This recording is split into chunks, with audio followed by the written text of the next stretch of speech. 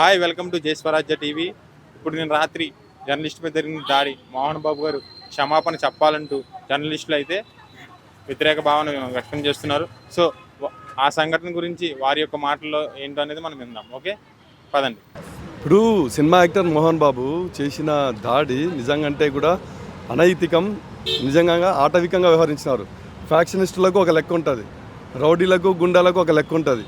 వాళ్ళు దాడులు చేసినా చంపుకున్నా ప్రతీకారం కక్షలతో అది ఫ్యాక్షనిజం సీమలో ఒక డిఫరెంట్ యాంగిల్లో ఉంటుంది.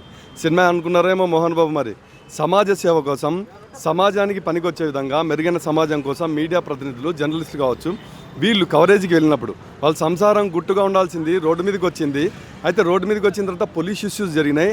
ఆ ఇష్యూస్ సంబంధించి ఒక ఐకానిక్ అంటే ఆయన పెద్ద మనిషి సినిమా ఇండస్ట్రీలో కవరేజ్ జనరల్గా ఏం జరిగింది అని అడగడానికి ప్రయత్నించినప్పుడు ఒక మీడియా జర్నలిస్టుల పైన దండం పెడుతూ, అత్యంత వినయంగా దండం పెడుతూ లోగో లాగేసుకొని ఐరన్ కంటెంట్ ఉన్నటువంటి లోగో ఇవన్నీ కూడా చాలా వెయిట్ ఉంటుంది, షూర్ మైక్ అది కానీ తీసుకొని బుర్ర పైన కొడితే బుర్ర పలిగింది, 3 చోట్ల ఫ్రాక్చర్ అయింది. ఇప్పుడు ఆయన కండిషన్ చాలా సీరియస్గా ఉంది. యశోద హాస్పిటల్లో ట్రీట్మెంట్ జరుగుతుంది.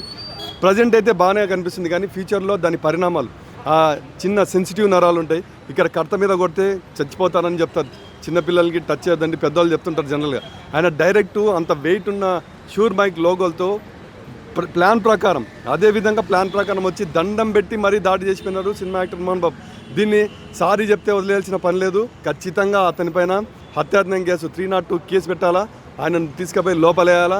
ఇంకొకరు ఇలాంటి దాడి చేయాలంటే జర్నలిస్టుల పైన దాడి కానీ బూత్ మాటలు కానీ చేయాలంటే భయంతో వణికిపోవాలా. ఆ విధంగా యాక్షన్ ఉండాలా. జర్నలిస్టులకు ప్రత్యేకంగా చట్టం తీసుకురావాలని డిమాండ్ చేస్తున్నాం. రాష్ట్ర ప్రభుత్వం, తెలంగాణ సర్కార్ ఇమ్మీడియట్గా తక్షణం స్పందించాలని మేమందరూ కూడా విజ్ఞప్తి చేస్తున్నాం. ఈరోజు జర్నలిస్టులు మొత్తం కూడా అంటే ఈ ఛానల్స్, ఆ ఛానల్స్ అంటే యూట్యూబ్ ఛానల్స్ ఏవీ లేకుండా అందరూ కూడా ఐక్యమత్యంగా ఈరోజు పోరాటం చేసినాం. ఈ సత్తా ఏందో చూపించినాం. అంత ఐక్యమత్యంగా పోరాటం చేసిన నేపథ్యంలో ఆ ఇంటెన్స్ ఎంత రేంజ్లో ఉందని ప్రభుత్వం గమనించాలి. ఖచ్చితంగా స్టింజెన్స్ యాక్షన్, ఇమ్మీడియట్ యాక్షన్ తీసుకోవాలి. మరొకరి పైన దాడి చేయాలన్నా కూడా మాట్లాడడం కూడా భయంతో వణికిపోయే పరిస్థితి ఉండే విధంగా చట్టాలు తీసుకోవాలని మేము గట్టిగా డిమాండ్ చేస్తున్నాం.